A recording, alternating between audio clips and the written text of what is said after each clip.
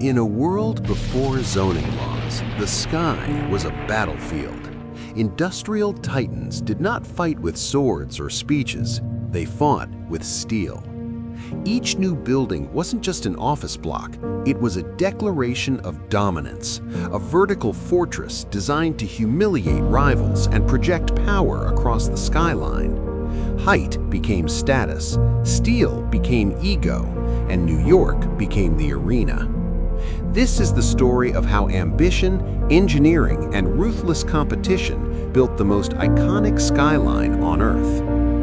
Before skyscrapers, New York was low and dense. In the early 19th century, buildings rarely exceeded 5 or 6 stories. Construction relied on thick masonry walls. The taller the structure, the thicker the base had to be. Eventually, gravity won. But New York was changing. The Erie Canal, opened in 1825, transformed the city into America's commercial gateway. Immigration surged, trade expanded, land in Lower Manhattan became extremely valuable. When land becomes scarce, cities don't spread outward, they rise upward. Yet one problem remained: stone could not rise very high. That would soon change.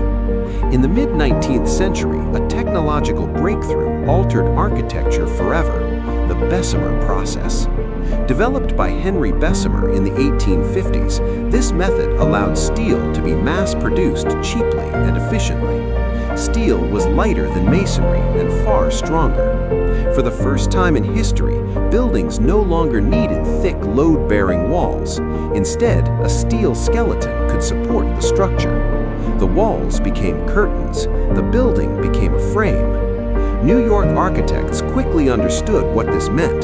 The limit was no longer weight, the limit was imagination. By the 1880s and 1890s, steel frame construction ignited what would become a skyward arms race.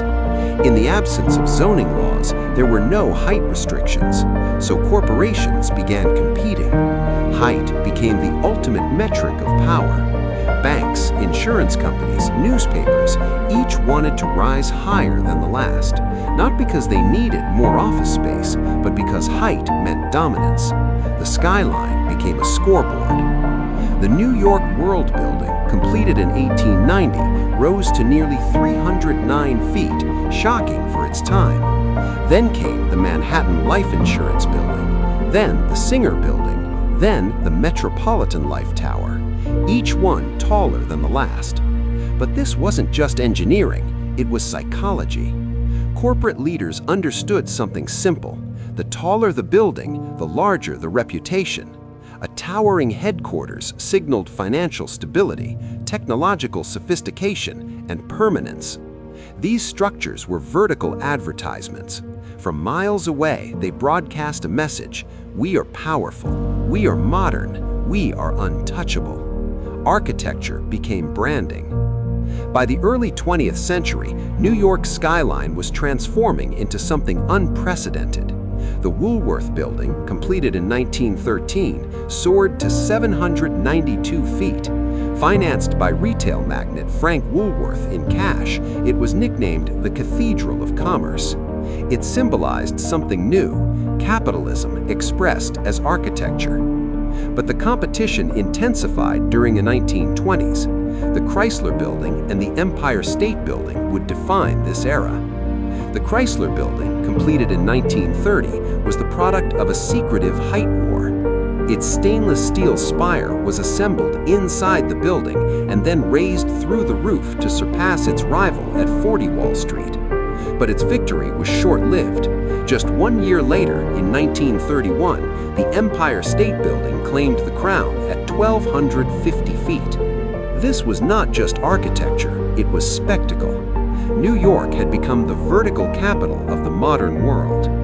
But unchecked ambition had consequences. By 1916, concerns grew about massive towers blocking sunlight and air.